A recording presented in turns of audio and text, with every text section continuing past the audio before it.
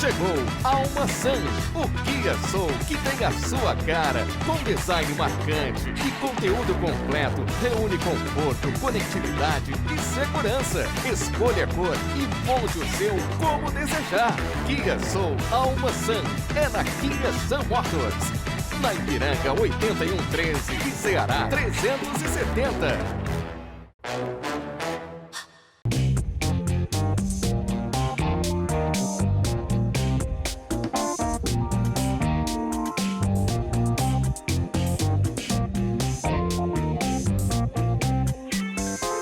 Oi, oi, bem-vindos! A gente tá na área e hoje vocês vão poder conferir com exclusividade um bate-papo super bacana com o gênio da moda, Chico Gonçalves, que veio a Porto Alegre especialmente para uma homenagem à Rua Sport na Mostra Elite Design. Tem o Laboratório Mércio com o Minuto Mércio Saúde e muitas dicas para vocês, é claro. Não vai perder, né? Eu sou Ana Cláudia Dil e o The Papo tá no ar.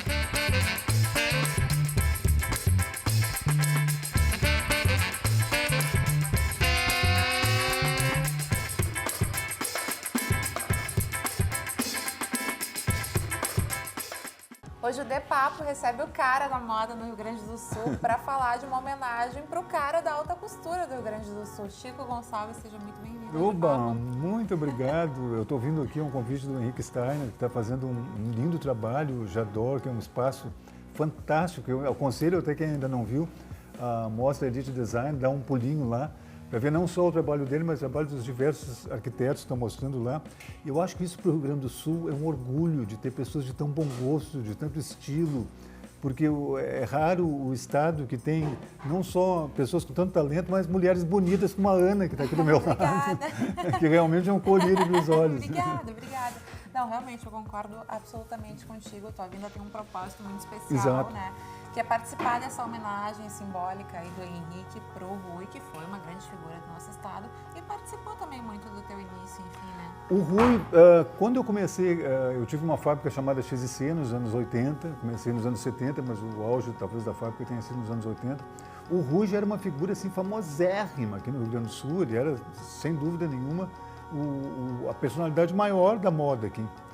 E eu estava recém começando, né? Mas só que eu acho que nós fizemos um movimento tão grande que o Rui pediu, nós tínhamos amigos em comum, a Tânia Carvalho, a Célia Ribeiro e a Ivete Brandalize, ele pediu para as três para a gente se encontrar, porque ele gostaria de ter um contato conosco e nos conhecer melhor, assim, porque a gente estava fazendo uma moda muito inovadora, muito diferenciada para a época, né? Sim. E ele teve essa humildade, que foi uma coisa fantástica, de pedir para a Ivete nos reuniu. Logo que a gente chegou, estava meio assim, aquela coisa meio, né? meio formal. Mas depois, quando terminou a noite, a gente estava nós quatro, eu, o César, a Doris, o Rui, as gargalhadas, e nós aí começamos uma amizade muito legal, porque nós tínhamos alguma coisa em comum, assim, que nós éramos artistas. No fundo, a gente era comerciante, né, que vendia roupa, mas nós tínhamos a mesma sintonia dessa coisa da moda como arte, Sim. como bom gosto, como imagem, né? E o Rui sempre foi, hoje mesmo eu estive lá vendo o acervo que ele tem. A gente pega peças que ele fez nos anos 70 que qualquer pessoa usaria hoje e seria aplaudido em qualquer lugar. Ele tinha uma temporidade que ultrapassava as datas, assim, os anos. E daí nós fizemos uma relação tão boa que a gente acabou... a gente se encontrava pelo menos uma vez por semana para jantar juntos. E talvez uma característica que talvez pouca gente saiba, porque sempre viu o Rui, aquela formalidade dele, uma pessoa mais sofisticada, assim, né? é que ele era muito engraçado. Ele, na verdade. intimidade, ele era muito engraçado e soltava umas frases assim que era impossível não rir, né? Tem até uma passagem nossa que a gente foi para a Europa junto, porque o Rui sempre viajava. Eu até vou contar porque eu acho que é uma coisa interessante para o pessoal que está em casa, para conhecer melhor esse homem, o Rui, que às vezes a pessoa sempre tem a ideia daquele ser sofisticado, Sim. e para conhecer o ser humano fantástico que ele era. E o Rui sempre viajava na época da alta costura, que era um outro período. E eu e o César, a gente gostava de ir na época que era lançado o Prêt-à-Porter, que era normalmente em abril, outubro e tal, que as cidades ficavam fervidas, Milão, Paris, e a gente do mundo inteiro, no desfile nas ruas e tal. E era uma boa maneira também da gente se inspirar, né? E daí nós dissemos, Rui, vamos juntos nessa temporada, era uma temporada de lançamento de inverno. E a gente marcou então de se encontrar em Milão, porque o Rui passaria por Amsterdã antes e daí nos encontraria no dia seguinte em Milão. E como a gente ia muito para Milão, a gente meio que já parava sempre no mesmo hotel, a gente era íntimo de todo o pessoal do hotel. Chegamos lá e avisamos, né, olha, vai chegar amanhã um amigo nosso, o Rui, etc. e tal. E saímos para assistir um desfile, porque o Rui, no dia que ele deveria ter chegado, ele não chegou. Eu disse, bom, às vezes atrasa, ou apareceu um outro compromisso e tal. Fomos assistir o desfile. Quando a gente voltou para o hotel, estava o Rui em cima de uma das camas do nosso quarto, só de cueca. As gargalhadas, porque ele tinha perdido a mala dele de viagem. E ficou sem nenhuma roupa, no que a gente riu naquela tarde. E daí, claro, ele mandou lavar roupa, enquanto estava esperando, esperou lá. Daí, o Rui era uma pessoa muito organizada, ele anotava em viagem, anotava tudo que ele gastava, porque eu acho que talvez as pessoas que hoje viajam não saibam que nos anos 80 não existia esse cartão de crédito internacional. Só pessoas muito ricas que tivessem conta no exterior que tinham acesso ao cartão. Então a gente, quando viajava, levava o dinheiro contadinho, assim, né? Nota sobre nota, traveler checks e tal. Então tinha que todo dia contar o dinheiro para ver se daria para terminar a viagem. E daí nós fizemos, eu era um gastador, assim, imponderável, fiz a cabeça deles, Rui, já que tu vai ganhar então esse dinheiro da companhia aérea, vamos sair no Armani, tu vai comprar tudo roupa nova para ti lá. Vamos aproveitar. Saímos e compramos um monte de roupa para o Rui. Só que no outro dia, telefonaram da companhia aérea dizendo, olha, senhor Rui, nós achamos a sua mala. Nossa, foi uma decepção, mas depois nós fomos para Paris e viajamos. Achei que tinham que voltar para o Brasil. Não, daí ele conseguiu, ele tinha levado uma cifra legal de dinheiro, mas foi uma viagem muito engraçada, mas o que a gente riu da saída até a volta da viagem, e ele era uma pessoa muito interessante, assim, porque ele, por exemplo, tudo que ele olhava nas vitrines, ele dizia assim, isso aí eu já fiz, e era verdade mesmo, porque ele já tinha feito, porque a moda mesmo que se recicla, né? Então ele foi um artista que eu acho que o Rio Grande do Sul tem que referenciar esse trabalho mesmo que o Henrique está fazendo, eu acho que é um mérito maravilhoso para um artista que nunca deveria ser esquecido, que assim, que às vezes reverencia, sei lá, um Chico Stockinger ou um outro artista plástico e tal, e nós temos aqui um criador de estilo que conseguiu ser famoso no Brasil inteiro, ele fez desfiles na Rod, ele fez participações em diversos concursos de alta costura, sendo sempre pelo menos umas 4 vezes vencedor dos concursos. Então eu acho maravilhoso isso de estar se fazendo para ele, porque eu acho que é uma figura que merece. E ele faria 90 anos agora nesse mês, né, de novembro. Na verdade, essa mostra tem uma peculiaridade que é a comemoração dos 90 anos que ele faria agora em novembro deste ano, né? Exatamente, 2019. Exatamente.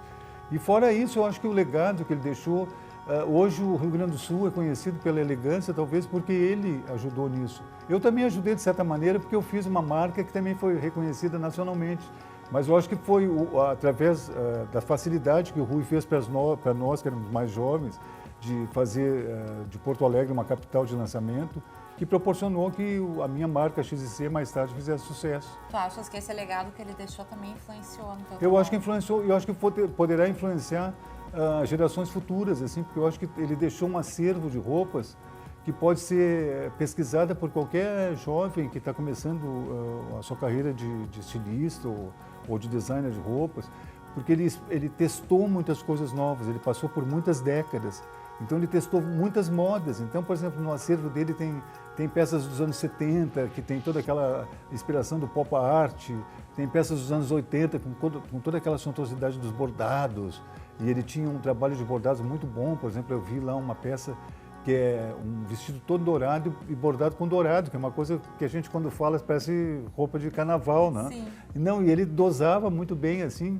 E eu acho que o mérito dele de ter trabalhado tanto tempo, com tanto... ele nunca diminuiu a qualidade do trabalho dele, né? Sim. Então, acho que isso é um mérito. Até eu acho que o último momento, né? é um mérito que deve ser reconhecido por muita gente, deve servir como exemplo para quem está começando agora. Eu acho que a moda é um mercado fantástico. A moda nunca vai terminar enquanto houver a vaidade humana, vai se usar roupas. E eu acho que a moda está passando só por um período diferente agora, porque, por exemplo, antigamente a moda era um sinal de status. Hoje eu considero a moda uma comunicação não verbal. Por exemplo, a gente veste aquilo que a gente quer passar para as outras pessoas, né?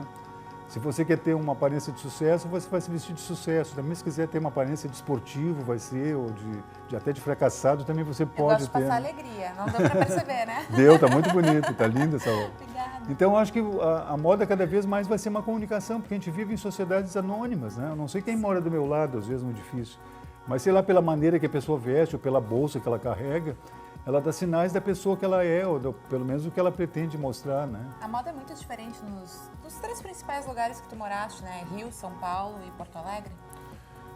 Sim, o Rio tem uma peculiaridade por causa do clima, então as pessoas são muito mais descontraídas, mas assim, saindo, eu moro na Zona Sul, mas por exemplo, saindo da Zona Sul para a Barra da Tijuca, que é onde tem os grandes shoppings, onde tem os grandes restaurantes, e possivelmente as pessoas mais ricas moram lá, a aparência das pessoas é mais próxima do São Paulo e Rio de Janeiro. Agora na Zona Sul não, porque a Zona Sul é muito turista, é muita gente que vai para a praia, então tem todo um clima de praia.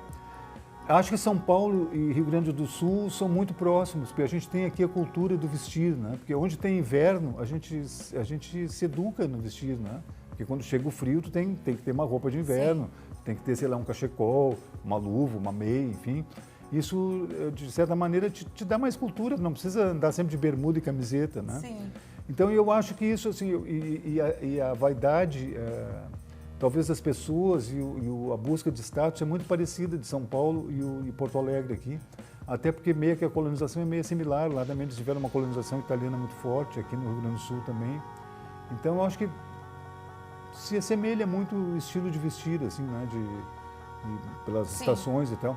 Mas eu acho que nós, no Rio Grande do Sul, temos uma coisa a mais, que é a beleza das pessoas aqui, né? Que isso, tanto que as modelos, apresentadoras de televisão, a maioria saem daqui do Rio Grande do Sul, né? Então, eu acho que isso ajuda muito a divulgar o trabalho de moda, tanto que eu, durante muitos anos, durante 10 anos, eu criei aqui o Dona Fashion Iguatemi, que era um evento muito grande e que foi considerado o 3º maior evento de moda do Brasil. Era o São Paulo Fashion Week, Fashion Rio e o Dona Fashion Iguatemi aqui. E era uma maravilha, porque a gente fazia casting de modelos, a gente trabalhava com mais ou menos 120, 150 modelos. Apareciam 300, uma maravilhosa do que a outra. É um case de sucesso, né, o Dona Fashion. O Dona Fashion foi. É uma pena que, em função dos patrocínios, o Brasil começou a partir de 2010 a entrar numa crise muito violenta. Os patrocinadores recuaram um pouco, mas não é um evento que a gente tenha eliminado. A gente quer retornar ele, mas com uma outra imagem, com uma coisa muito mais, não só de desfiles, mas também de serviço, assim. Eu fiz em agosto um evento muito interessante em Gramado, que eu chamei de Gramoda, né? Eu mudei a grafia da cidade, que era um fashion meeting, assim. Então eu não só mostrei desfiles, eu trouxe marcas internacionais como Roberto Cavalli, Emílio Pucci, Armani, etc. e tal, mas tinha também um trabalho muito forte de serviço, assim, de educar as pessoas. Por exemplo, tinha consultoras que faziam colorimetria para medir o tom de pele que fica mais legal para ti na hora que vai comprar uma roupa, em vez de comprar, sei lá, rosa claro, compra rosa pink. Tinha um outro trabalho também feito pela Christian Dior, que era de automaquiagem, de como fazer a maquiagem fácil, assim, para o dia a dia, com poucos produtos. Os recursos de hoje são ilimitados, né? São ilimitados, muita coisa né? bacana. E tinha um outro pessoal que media o nível de calor do cabelo para ver o tipo de produto. Então, acho que o novo formato que eu quero dar para um possível evento aqui em Porto Alegre é exatamente isso. Unir a moda e serviço, assim, muito mais serviço do que moda. Porque hoje a moda, cada um usa a moda que quer, né? Com esse advento das fast fashion, Com certeza. A moda não é mais só para uma camada exclusiva, né? Como a gente diz. É democrática, exatamente. Então, eu acho que qualquer pessoa pode se expressar na hora de vestir a sua roupa da maneira que quiser. E hoje não existe mais assim como era nos anos 80, a moda da ombreira, né? As pessoas saem tudo com umas ombreiras desse tamanho, as baixinhas ficavam parecendo uma esponja, né? Quadrada.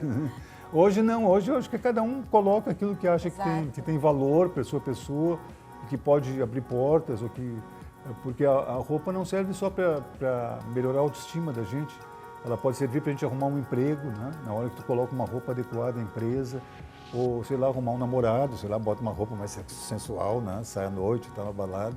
Então ela tem múltiplas versões. Então não existe uma tendência só, existem muitos estilistas lançando roupas no mundo inteiro, para todo tipo de gente. Então hoje o segredo é a gente ensinar o que pensar nas coleções, para que aquilo se transforme na sua verdade, na sua voz, né?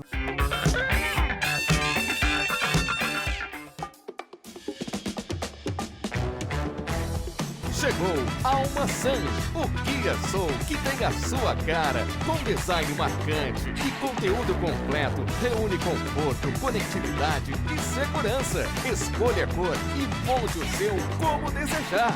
Kia Soul Alma Sun é na Kia Sun Motors, na Ipiranga 8113 e Ceará 370.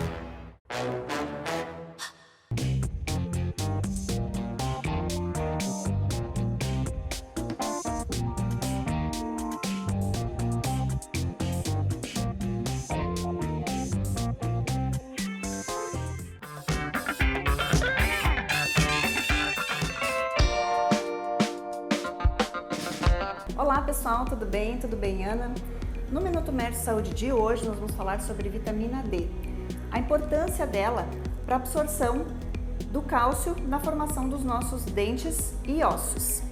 A vitamina D ela tem um papel muito importante na maioria das nossas funções metabólicas, cardíacas, neuromusculares, e a deficiência da vitamina D ela pode provocar um risco de osteoporose em adultos, assim também como a doença raquitismo em crianças. E as principais funções da vitamina D, quais são? Regular a presença do cálcio e do fósforo no sangue, regular o sistema imunológico, controlar a nossa pressão arterial, ajudar a evitar câncer, melhorar o desempenho da força e manutenção da massa e da velocidade da contração do músculo. E de onde vem a vitamina D? A vitamina D, ela vem 90% do sol. É ele que vai fazer a absorção da vitamina D no nosso corpo.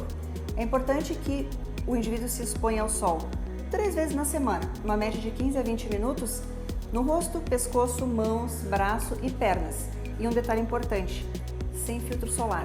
Porque o filtro solar, ele vai fazer com que as radiações ultravioletas não passem, fazendo com que a vitamina D não seja absorvida. Eu falei 90% do sol, né? E os outros 10%? Os outros 10% vêm da alimentação. De ovos, do leite, manteiga e carnes de peixes de água fria, principalmente o salmão.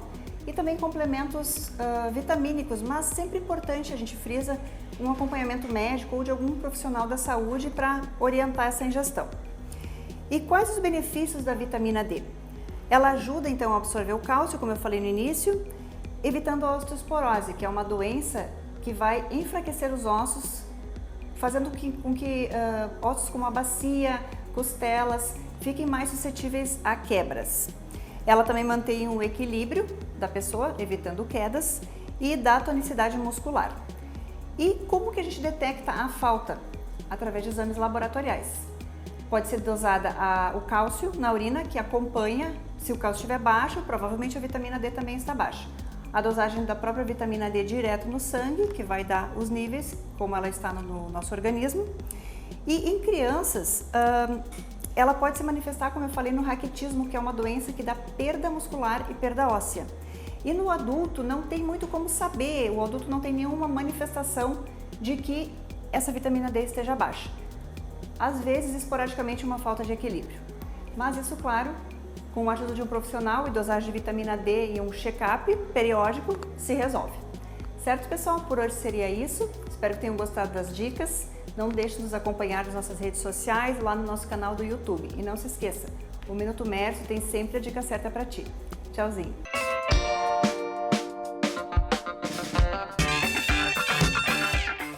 O tema do bate-papo, desse bate-papo da Mostra Elite, é moda e arquitetura. Tem Exato. tudo a ver? A gente pode usar isso na arquitetura também, Chico? Sim, porque eu acho que as tendências, quando são lançadas, ela é tipo num guarda-chuva que ela protege todas as formas de arte e de criação, né? Não só na arquitetura, mas também na arte, na música. De alguma maneira, sempre uma coisa está costurada à outra. E principalmente a arquitetura, a gente vê, por exemplo, sei lá, hoje já se fala verde Fendi, né? O tapete, sei lá, inspirado, sei lá, no Oriente, daí a moda também está inspirada no Oriente. Então, eu acho que mais ou menos, quando são lançadas, porque tendências são coisas, tendência de moda é uma bobagem. Não, isso é uma coisa séria, é feita uma pesquisa 3 anos antes para saber o que o consumidor está querendo consumir, né? Qual é o desejo histórico daquele momento. Tanto que quando a gente vai fazer, por exemplo, uma história de época, por exemplo, vamos fazer nos anos 40. Em primeiro lugar, a gente vai fazer a pesquisa do figurino que se usava na época. E não, às vezes não pesquisa nem o social, como é que era, se as pessoas estavam tristes, estavam alegres, tinham dinheiro, não tinham. Primeira coisa que se pensa é como é que era a roupa que as pessoas usam. Porque eu acho que a moda é, acima de tudo, um registro histórico, né? Dita eras, né? Das liberdades, das descobertas, né? Cada tecido novo, cada tecnologia nova expressa na moda. Então, por isso que eu acho que a moda nunca vai terminar. Ela talvez possa sofrer transformações durante um período de tempo, assim, mas sempre ela vai ser muito importante na nossa vida, assim, não só como registro histórico, mas também como uma autoestima, melhorar a nossa autoestima, assim. Então, eu acho que é normal, por exemplo, se tu tem condições de comprar uma roupa nova, é normal tu ter condições, de repente, comprar um novo tapete, um novo estofado. E normalmente é assim, por exemplo, se a moda está simples, a decoração está simples.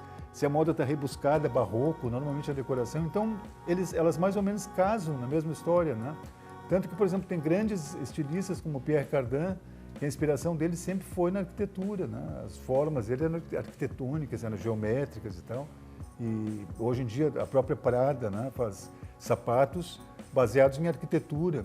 Sim. Tem estilistas de moda que são formados em arquitetura também, alguns sapateiros, ou pessoas conhecidas assim, que tiveram uma formação na arquitetura e transformaram isso em roupas. Porque a roupa também é uma arquitetura, né? Com certeza. O fato de colocar uma manga, de colocar uma gola, isso é como fazer um projeto de uma sala, Com certeza. para fazer, por exemplo, um ambiente como esse aqui, foi estudado as cores todas para que haja uma harmonia. Quando se cria uma roupa também é estudado isso, né? Conjugação de cores, o que vai usar com o sapato. Então são duas artes que se completam, acho que sem dúvida. Tu tiveste a oportunidade de dar uma espiada já no espaço? Já, está uma coisa deslumbrante. Tem a ver com ele? É atemporal como ele? Tem a ver. É atemporal e tem um luxo que não chega a ser soberbo, é um luxo classudo, assim. Por exemplo, se alguém fizesse aquela decoração em casa, ela teria uma decoração para o resto da vida, não precisaria nunca trocar.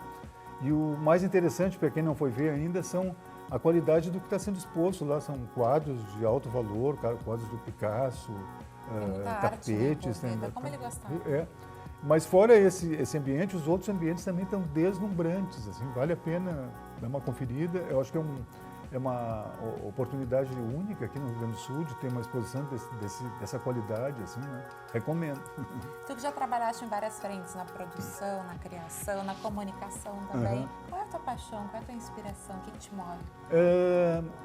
É a beleza. A beleza me inspira muito, assim, a beleza das pessoas. Quando eu criava roupa, eu ia para as ruas e olhava as pessoas como elas estavam vestidas. Daí eu imaginava como eu poderia melhorar aquilo, entende? Sempre é meu fato de criar, assim, quando eu passei para a comunicação, eu queria comunicar tudo que eu aprendi para as pessoas, assim, facilitar o acesso à roupa, porque eu não acho que roupa seja um luxo, roupa é uma necessidade. Não precisa ser roupa, ninguém precisa ser rico para estar com uma boa aparência. Sim. Nós vivemos num mundo hoje que às vezes nós não temos uma segunda oportunidade de dar uma primeira impressão, e a primeira impressão, como todo mundo diz, é a que fica, né? Então eu acho que o cuidado estético, ele abre muitas portas. A gente não precisa ser a pessoa mais bem vestida do planeta, mas tu pode te vestir para agradar aquele segmento que você vive, entende? E às vezes a pessoa, sei lá, por falta de conhecimento, até por uma certa extravagância, às vezes pode comprometer o seu visual, ou comprometer às vezes relações.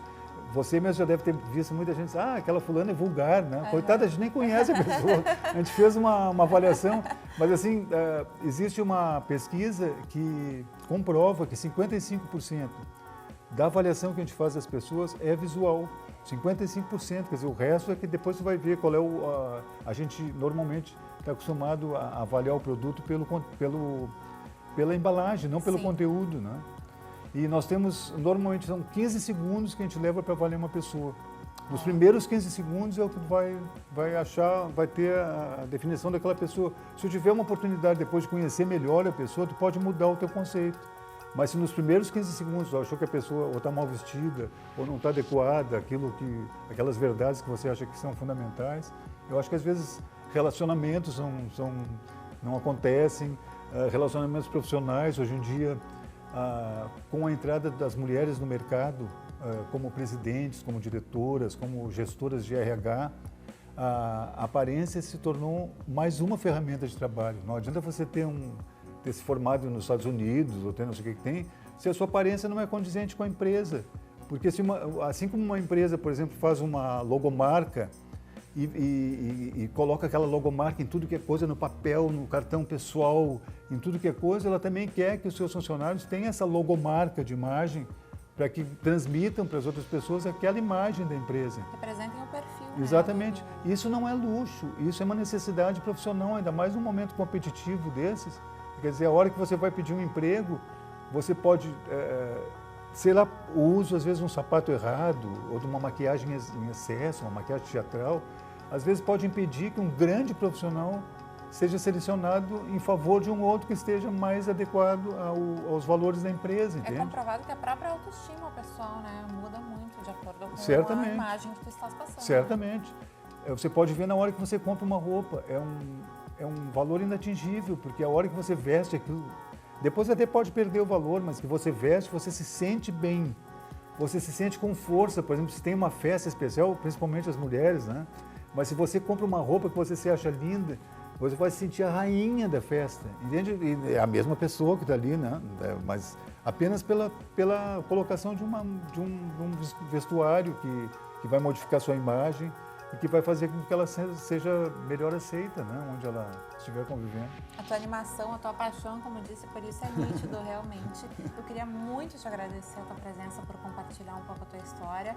Eu sei que o teu tempo está apertado, então por dar um pouquinho do teu tempo para nós aqui do De Papo e dizer que foi uma honra te receber. Ana, o prazer foi o maior de todo o coração, foi meu. Eu adorei ter conversado contigo aqui. E quero mandar um beijo para todo mundo que está assistindo e espero que eu tenha ajudado em alguma coisa. Eu acho que cada vez mais pensem na sua imagem. Imagem, hoje em dia, uma imagem vale mais que 1000 palavras, principalmente nesse período que se fala em redes sociais, em Instagram, né, que se expõe tanto a sua imagem. Eu acho que na hora que for escolher uma roupa, escolha aquilo que é mais discreto, escolha o que é mais sóbrio, porque isso dura muito mais no guarda-roupa, mas não deixa de botar um brilho, não deixa de botar alguma coisa que lhe dê prazer, porque isso é que faz da moda uma coisa tão encantadora. Muito obrigado. Fica a dica, então, de Chico Gonçalves. Obrigada. Obrigado, querido.